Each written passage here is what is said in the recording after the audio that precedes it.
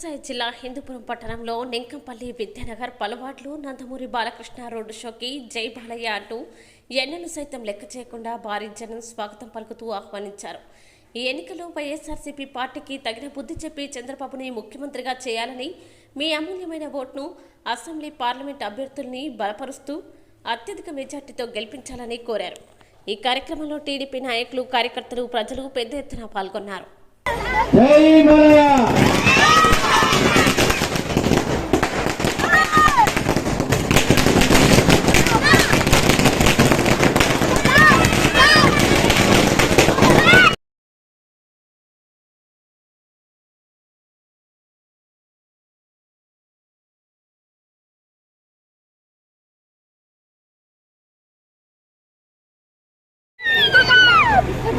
తమ్ముళ్ళకు అందరూ కూడా నా అభిమానులకు, అలాగే అన్ని పార్టీలు ఉన్నాయి ఇక్కడ, తెలుగుదేశం పార్టీ మీద కార్యకర్తలకి తెలివి, కార్యకర్తలకు, నాయకులకు, అలాగే జనసేన నాయకులకు, కార్యకర్తలకు, బీజేపీ నాయకులు, కార్యకర్తలందరికీ నా హృదయపూర్వక నమస్కారాలు తెలియజేసుకుంటున్నాను.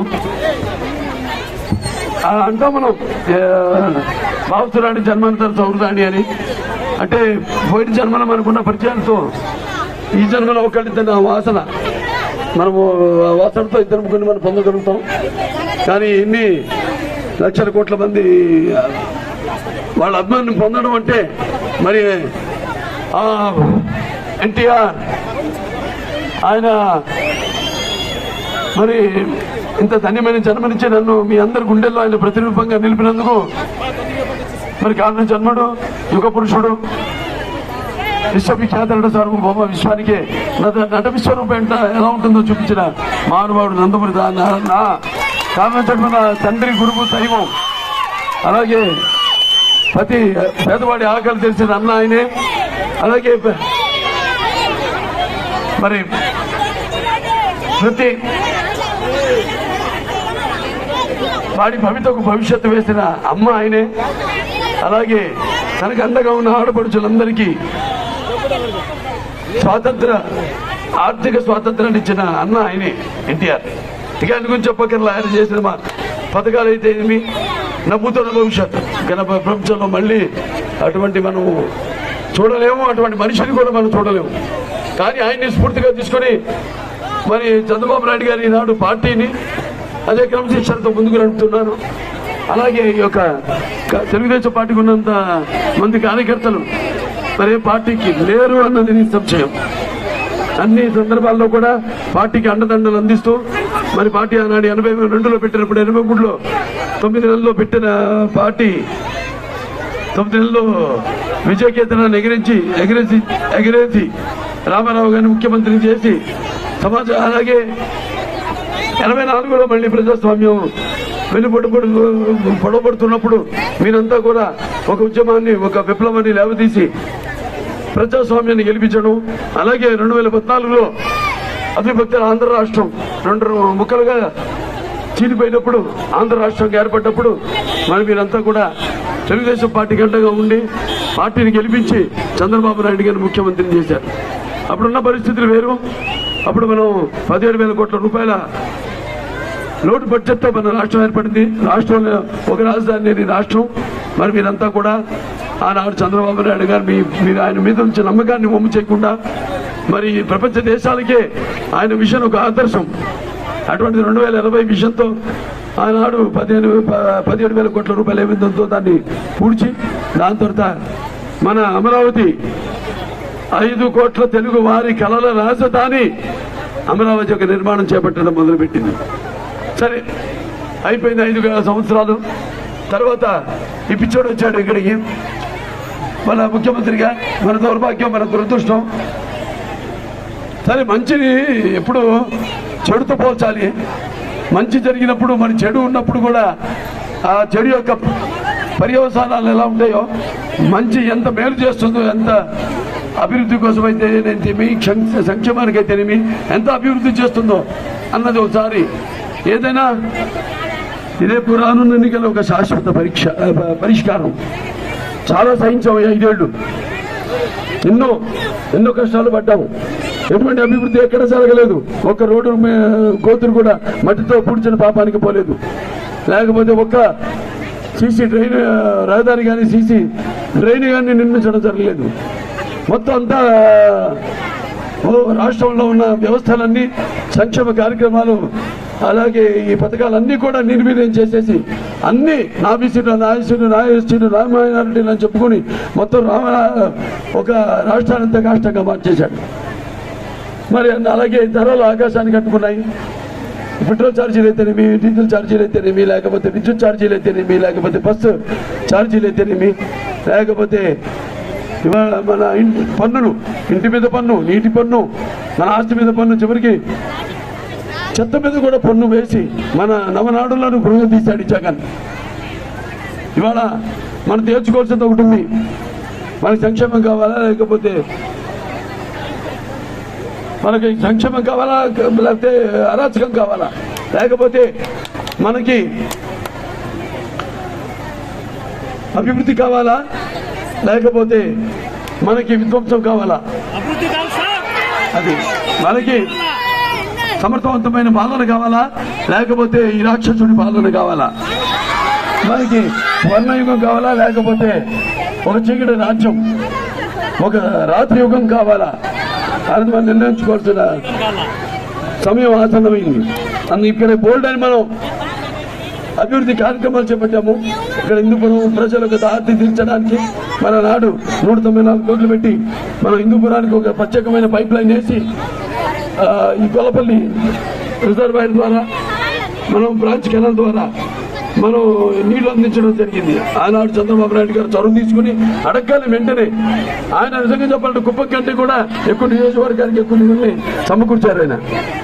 అలాగే అన్ని విషయాల్లో, అలాగే నియోజకవర్గంలో చెరువులను అభివృద్ధి చేయడానికి ఆనాడు 30 కోట్లతో మనం చెరువులను అభివృద్ధి చేయడం జరిగింది. అలాగే హిందూపురం పట్టణంలో మనందరూ శాంతి భద్రత నెలకొల్పడానికి 2వ పట్టాల పోలీస్ స్టేషన్ కోసం భూమిని మనం ఇచ్చి అక్కడ 50 లక్షలతో భవనాన్ని నిర్మించడం జరిగింది. అలాగే దళితులు ఉన్నారు, ఎస్సీలు, వాళ్ళ కొరకు మేరకు మనం 1 కోటి రూపాయలతో ఈ యొక్క అంబేద్కర్ భవనాన్ని నిర్మించడం జరిగింది. అలాగే ప్రతి గ్రామంలో కూడా సీసీ రహదారులు, సీసీ డ్రైనేజ్లు అయితే మీ వాటి కోసం సుమారు 30 కోట్లు వెచ్చించి మనం వాటిలన్నింటినీ నిర్మించడం జరిగింది.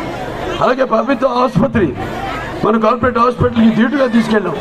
అంటే మాతా శిశు సంరక్షణ కోసం అవసరమైన భవన నిర్మాణం కోసం 20 కోట్ల రూపాయలతో ఆ భవనాన్ని నిర్మించడం జరిగింది. అలాగే మొత్తం నియోజకవర్గం అంతా 10 కోట్ల రూపాయలతో మనం ఓవర్ హెడ్ ట్యాంక్స్ నిర్మించడం జరిగింది. అలాగే హిందూ పుర ప్రాంతం పాడి పరిశ్రమ అభివృద్ధి చేయడానికి, అలాగే శిక్షణ కార్యక్రమాలు చేపట్టడానికి మనం ఆసుపత్రి అవసరాల కోసం 4 కోట్ల రూపాయలతో భవనాన్ని నిర్మించడం జరిగింది. అలాగే పంచాయతీరాజ్ మరియు R&B డిపార్ట్మెంట్స్ ద్వారా గ్రామాలకు బీటీ రోడ్ల కోసం సుమారుగా 80 కోట్ల రూపాయలు మనం వెచ్చించడం జరిగింది. హిందూపురం మున్సిపాలిటీలో సుమారుగా 200 కోట్లతో మన ఎన్నో అభివృద్ధి కార్యక్రమాలు చేపట్టాం. ఆనాడు చంద్రబాబు నాయుడు గారు స్పెషల్ డెవలప్ ఫండ్స్ కూడా మనకు కేటాయించడం జరిగింది. పనులు మొదలు పెట్టాం. మిగిలిపోయిన ఏవైతే ఈ యొక్క సీసీ రహదారులు ఉన్నాయి, డ్రైన్లు ఉన్నాయి, అవన్నీ పూర్తి చేయడానికి కొత్త ప్రభుత్వం మారింది. ఈ పిచ్చోడు వచ్చాడు, మొత్తం రివర్స్ టెండరింగ్ అంటూ మొత్తం పున్న పనులన్నీ నిలిపేశాడు. అలాగే అందరినీ చెప్పాను. అలాగే కొడుకుంట చెక్ పోస్ట్ వచ్చి మనకి తీరా ఏదైతే హైవే ఉందో ఇప్పుడు మీరు చూస్తున్నారు, రవాణా సౌకర్యం ఇక్కడే కాదు ప్రతి ఊళ్ళో కూడా ఒక లింక్ రోడ్ అయితేనేమి, సీసీ రోడ్ అయితేనేమి, బీటీ రోడ్లు అయితేనేమి, ఇవన్నీ కూడా తెలుగుదేశం అధికారంలో ఉన్నప్పుడు నిర్మించడం జరిగింది. అలాగే మన ఎస్సీలు, బీసీలు, ఎస్టీలు, మైనారిటీలు వాళ్ళందరూ కూడా ఈ యొక్క ఫైనాన్స్ ఏదైతే కార్పొరేషన్స్ ఉన్నాయో వాటి ద్వారా రుణాలు ఆర్థికంగా ఆదుకోవడానికి మంజూరు చేయడం జరిగింది.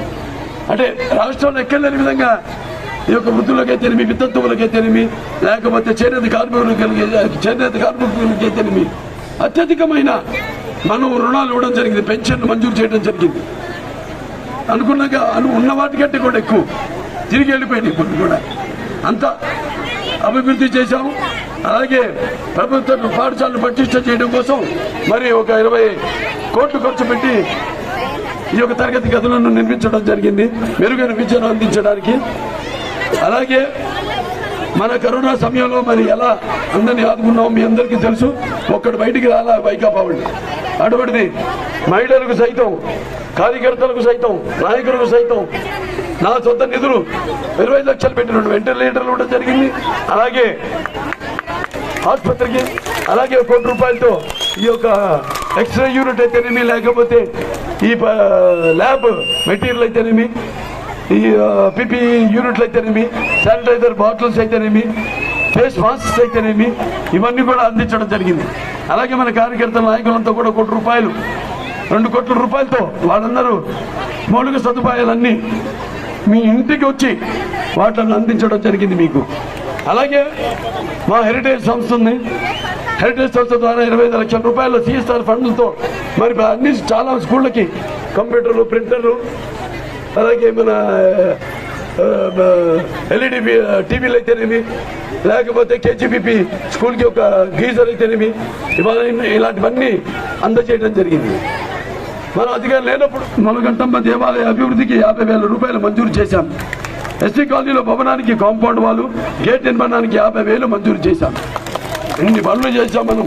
రాష్ట్రం మరి ఆర్థిక ఇబ్బందుల్లో ఉన్నప్పటికీ ఇన్ని పనులు మనం చేపట్టగలిగామంటే అది కేవలం చంద్రబాబు నాయుడు గారు ఒక విజన్ 2020 విజన్తో ఆయన ముందుకు వచ్చారు. మరి ఆయన విజన్ ప్రపంచ దేశాలకే ఒక ఆదర్శం. మరి వాళ్ళు మళ్ళీ మనం అప్పుడు ఊపిలో గురుకుపోయాం. మన రాష్ట్రాన్ని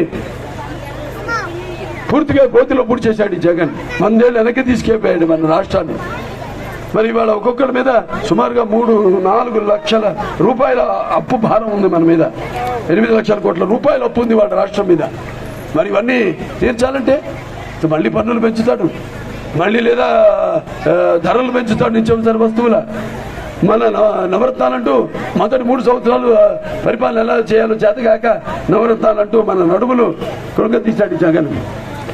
అలాగే తర్వాత ఈ నవరత్నాలంటూ మన నడుములు కృంగతీశాడు.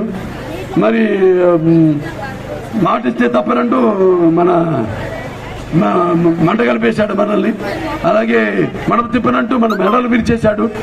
అలాగే నాయసీలు, నాబీసీలు, నాయసీలు అంటూ మొత్తం రాష్ట్రానికి రాష్ట్రంలో మార్చేశాడు. అలాగే జగన్ అన్నట్టు జలగలా పీడిస్తున్నాడు. అలాగే మావయ్యనంటూ మన మనోభావాలు తగలబెడుతున్నాడు. ఈ యొక్క ఏమన్నా మద్యపాన నిషేధం అంటూ పేదవాళ్ళ ఆఖరి దెబ్బలు తన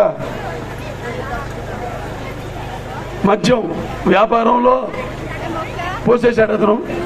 అలాగే దళితులకు అండగా ఉంటానని చెప్పి దళితులకి మరి వాళ్ళ చావులతో తన ఆఖరి కేకలు ఆర్పుకున్నాడు. అలాగే ఈ యొక్క నవరత్నాలంటూ చెప్పాను నేను, మన నవనాడులను కృంగతీశాడు. అలాగే నేనున్నానంటూ అవును నువ్వు ఉంటే ఎంత క్రూరత్వం, దుర్మార్గం, అలాగే దగా మోసం ఉంటుందో నిరూపించుకున్నాడు. అలాగే ఈ యొక్క పోలవరం తీసుకెళ్లి గోదావరిలో కలిపేశాడు. తన ప్రభుత్వాన్ని బ్లాక్ లిస్ట్ చేసిన కాంట్రాక్టర్లందరికీ బిల్లులు ఇవ్వకుండా ఆపేశాడు. మొత్తం అక్కడే కాదు, ఇక్కడ మన పంచాయతీల్లో చూస్తే సర్పంచులంతా కూడా అప్పులు చేసి ఎప్పటికో అప్పుడు ఇస్తాడు కదా డబ్బు అని వాడు ఖర్చు పెడితే లేకపోతే జనం అడుగుతారు ఎందుకు ఖర్చు పెట్టలేదు, ఎందుకు అభివృద్ధి చేయట్లేదు. తీరా వాళ్ళకు కూడా డబ్బులు ఇవ్వకుండా వాళ్ళు అప్పుడు ఊపిలో ఇవాళ టోటల్గా ఈ యొక్క వ్యవసాయ శాఖను నిర్వీర్యం చేసేసి ఆత్మహత్యల్లో మన రైతులు దేశంలోనే మొదటి స్థానంలో నిలిపాడు జగన్. అలాగే ధరలు చూస్తున్నాం మనం, ఆకాశానికి అంటుకుపోయాయి మొత్తం అన్ని రవాణా ధరలు అయితేనేమి. మేము చెప్పాను ఇంతకుముందు అన్నీ కూడా. ఇప్పుడు వాళ్ళు మేము నిర్ణయించుకోవాల్సింది ఒకటే, మళ్ళీ ఇన్ని అభివృద్ధి కార్యక్రమాలు చేసాం. రేపు మరి అప్పులు ఇవన్నీ తీర్చడానికి మనకు ఒకే ఒక దిక్కు చూసి మార్గదర్శకుడు, అనుభజ్ఞుడు, అలాగే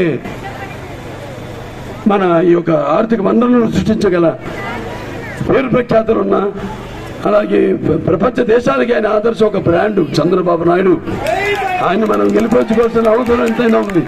రేపు మీ యొక్క భవిత కోసం, మన రాష్ట్ర భవిత కోసం, మన భావి తరాల వాళ్ళ భవిత కోసం మనమందరూ కూడా ఎలాగైతే పార్టీలన్నీ కూడా ఒకటయ్యాయి ఎప్పుడో, తెలుగుదేశం, జనసేన, బీజేపీ, ఈ యొక్క కూటమి అనేది, ఈ కూటమి శక్తి అన్నది ఒక నిప్పుల ఉప్పెన. ఈ కూటమి శక్తి అన్నది ఒక అగ్నిపర్వత విస్ఫోటన. ఈ కూటమి శక్తి అన్నది ఒక పాశుపతాస్త్రం. మరి ఎన్నో చట్టాలు మనం చట్టబద్ధత కల్పించవలసిన అవసరం ఉంది. అవన్నీ కూడా కల్పించాలి మనం. రేపు మనకి రిజర్వేషన్లు అయితేనేమి, ఏబిసిడి, ఈ ఎస్సీ వర్గీకరణ అయితేనేమి, ముస్లిమ్స్కి 4% ఏదైతే ఉందో రిజర్వేషన్ ఉద్యోగాల్లో, చదువుల్లో వాటికి చట్టబద్ధత కల్పించడం కోసం మనం కృషి చేద్దాం. రక్తానికి జాతి లేదు, మాంసానికి మతం లేదు, చర్మానికి కులం లేదు. హిందూపురం అంటే సర్వమత సౌభ్రాతృత్వానికి ఒక ఆదర్శం. నందమూరి కంచుకోట హిందూపురం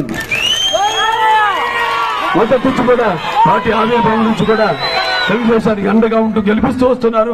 నాన్నగారు 3 సార్లు ఇక్కడి నుంచి ఒక శాసనసభ్యుడిగా, అన్నయ్య గారిని ఒకసారి, నన్ను 2 సార్లు గెలిపించారు. ఇప్పుడు 3వ సారి ఇప్పుడు మని ఎదుర్కొంటున్నాం. ఇక్కడ మన ఎవరికి భయపడాల్సిన పని లేదు ఇప్పుడు. ఎందుకంటే ఎవరికి ఎదురైనా వాడికే రిస్క్. మనకు వాళ్ళు ఎదురు వచ్చిన వాళ్ళకే రిస్క్. గుర్తుపెట్టుకోవాలి, తృప్తి పడేయాలి అందరూ కూడా. ఆనాడు మరి కార్యక్రమాలన్నీ ఒక్కొక్కరు అభ్యున్నతి కోసం ఎలా పాటుపడ్డారు. నాన్నగారి నుంచి, చంద్రబాబు నాయుడు గారి నుంచి ఈనాడు అభివృద్ధికి మరి పెద్దపీట వేసి, ఆనాడు అధికారంలో ఉన్నప్పుడు సంక్షేమానికి పెద్దపీట వేసి ఎలా రాష్ట్రాన్ని ముందుకు నడిపారో, ఇవాళ ఎంత అధోగతి పాలైపోయామో మనం. మరి కళ్ళు మూసుకుపోయి ఒళ్ళు మరిచి తన ఇష్టానుసారంగా ప్రజలను కష్టపెట్టి మట్టిగరిపించి మరి తన పాలనని,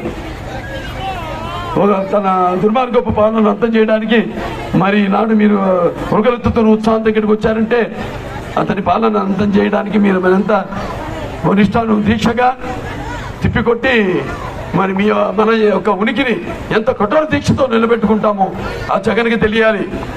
మన ప్రతి నరంలో ప్రతి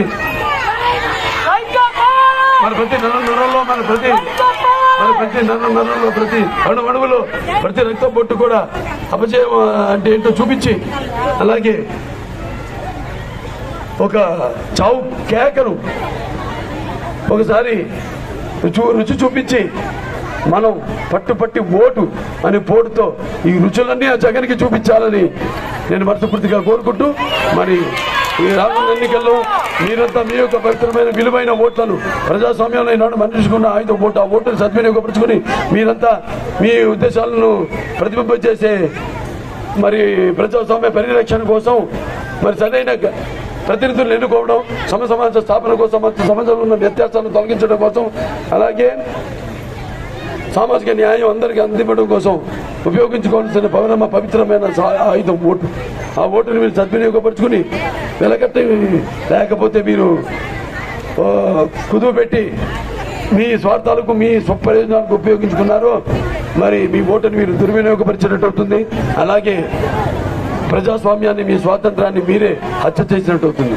కాబట్టి ఎన్నికల్లో మీరంతా మీ యొక్క పవిత్రమైన విలువైన ఓట్లను సైకిల్ గుర్తుకే 2 సైకిల్ గుర్తుకి ఓట్లు వేసి మన తెలుగుదేశం పార్టీ మరి ఇటు శాసనసభ అభ్యర్థులైన నాకున్న జ్ఞాన సంపదలు, బ్రాహ్మణుని, ఐశ్వర్యాలు, వయసుని, మంచిగా మాలని, మంచి ఎందుకు తిరిగే మాదిగని, కష్టాన్ని నమ్ముకున్న కమ్మరిని, కొమ్మరిని, కంసాన్ని నచ్చుకుని, నాయ బ్రాహ్మణుని, కలుగుతి కార్మికుని, కలుషులని, యాదవుని, ఆపుదలు ఆదుకునే వెలమని వ్యక్తిత్వంలో రాజుని అమ్మను మర్పించే కమ్మని, పౌరుషంలో రెడ్డిని, భుజపంలో కాపని ఈ భారతదేశాన్ని గెలిపించవలసిందిగా, అలాగే మన తెలుగుదేశం పార్టీ లోక్సభ అభ్యర్థి అయిన పార్థసారథి గారిని కూడా గెలిపించి మన ఎంపీని గెలిపించుకోవాల్సిన అవసరం ఎంతో ఉంది. అప్పుడు ఆ నాడు అడిగితే 32 మందిని గెలిపించారు. అంటే ఈ ఎమ్మెల్సీలు కాకుండా, లేకపోతే రాజ్యసభ మెంబర్లు కాకుండా మనం 32 మందిని గెలిపిస్తే ఒక్క పని కూడా చేసి పెట్టలేదు ఈ రాష్ట్రానికి. మన రైల్వే జోన్ చెప్పడంలో విఫలం అయ్యారు. ప్రత్యేక హోదా ఊసెత్తలేదు. అలాగే ప్రభుత్వ కేంద్రం నుంచి నిధులు కూడా తీసుకురాబెట్టడంలో విఫలం అయ్యారు. కాబట్టి నేను చెప్పాను, చట్టబద్ధత కల్పించవలసిన కొన్ని